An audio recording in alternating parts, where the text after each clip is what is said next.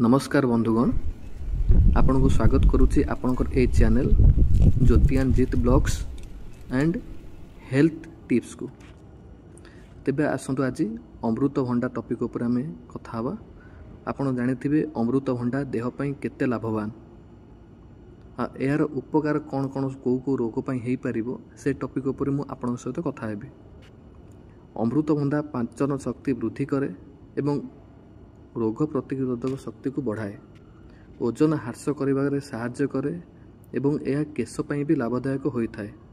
एथिरे पापेन नामक एक एंजाइम थाए जहाँ खाद्य हजम करिबारे सहाय्य करे एवं यार विटामिन सी एवं एंटीऑक्सीडेंट्स रे भरपूर होइथिबारु यह शरीर को अनेक रोगरु रक्षा करे। तेबे आसंतु जानिपा अमृतभंडा खाइबार हमकु को बेनिफिट बा को लाभ हमकु मिली परिबो। ताले हजम सहाय्य करे।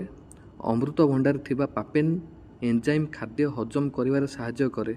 एथिरे फाइबर मध्य थाए एवं कोष्ठकाठिन्य एवं गैस भली समस्या मुक्ति दिए एवं पेट सफा रखे। दुईरे होची रोग प्रतिरोधक शक्ति वृद्धि बढ़ाए। विटामिन सी रे भरपूर अमृतभंडा शरीर रोग प्रतिरोधक शक्ति को मजबूत करिथाए, जहाँ फल रे ऋतुकालीन रोगरु रक्षा मिलिथाए। टिप्स नंबर 3, ओजन ह्रास करिबार सहायक हुए। अमृतभंडा कम कैलोरी एवं अधिक फाइबर थाए, जहाँ फल रे पेट बहुत समय पर्यंत पूर्ण रही थाए एवं भोक लगे नहीं, कम भोक लगी थाए। टिप्स नंबर 4, चर्म एवं केश पई विटामिन ए सी एवं एंटीऑक्सीडेंट रे चर्म को उज्जवल करिथाए।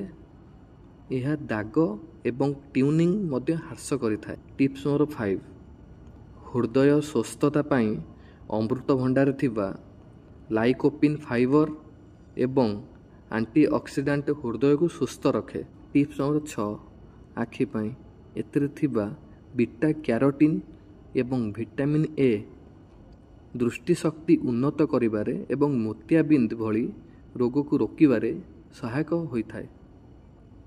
टिप्स नंबर 7, प्रभाव ह्रास करे। अमृतभंडारे फाइटोकेमिकल्स थाए जहाँ शरीर रे प्रभाव ह्रास करिबारे सहाय्य करे। टिप्स नंबर 8, कर्कट रोग निवारण। केमिति कोन आमे जहाँकि कैंसर हेइथिबो किछिटा परिमाण रे भल करिवो हमर अमृतभंडा। अमृतभंडारे थिबा एंटीऑक्सीडेंट मुक्त रेडिकल्स सहित लड़ी थाए, जहाँ द्वारा किछि प्रकारर कर्कट एवं बार्धक्य जनित रोग आशंका हेबारे ह्रास पाए।